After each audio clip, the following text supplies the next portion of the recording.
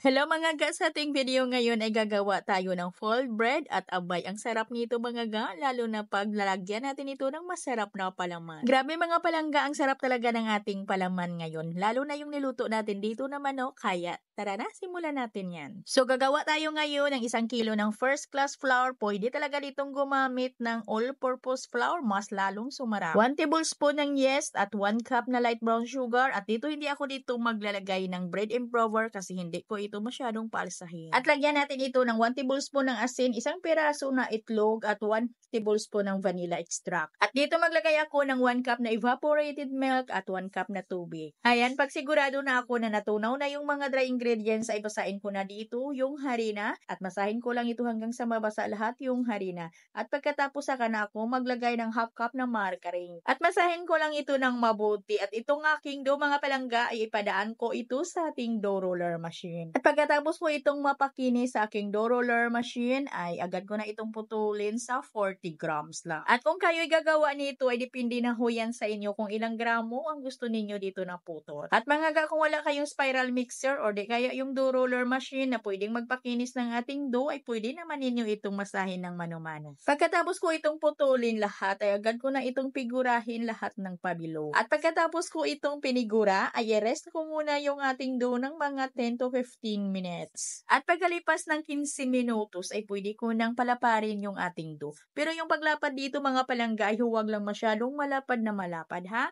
At gagamit lang tayo or magdas lang tayo dito ng harina para pangtanggal lagkit lang, para madali ding lapat. At pagkatapos nating tupiin yan, ay banyahan natin yan ng itlog, at pagkatapos ipalubog natin dito sa ginawa nating bread powder or yung mga tinapay na toasted na dinurog natin ng peno. At pagkatapos ay isalansan lang natin yan.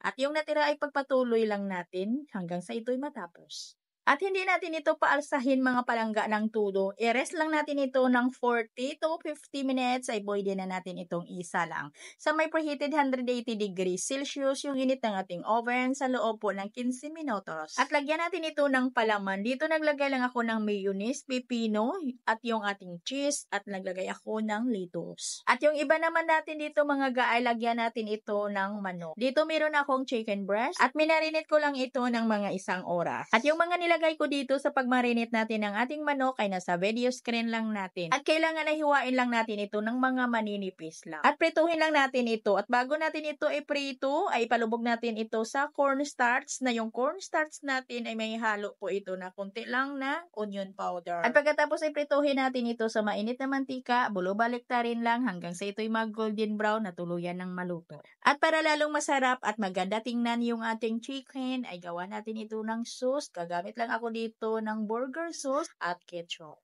Tansyahin lang natin yung ilagay natin mga ga. At kung medyo maputla pa, magdagdag tayo ng banana ketchup. Ay, grabe sarap ito mga ga. At pwede din natin itong iulam sa kanin. Promise ga, sarap ito iulam sa ating kanin. At saka ito na apply na natin sa ating tinapay. Naglagay lang tayo dito ng cheese, mayonnaise, pipino, lettuce, at yung ating chicken. At abay, ang sarap mga palangga. Promise. At hanggang dito lang yung ating video. Maraming salamat at bye-bye.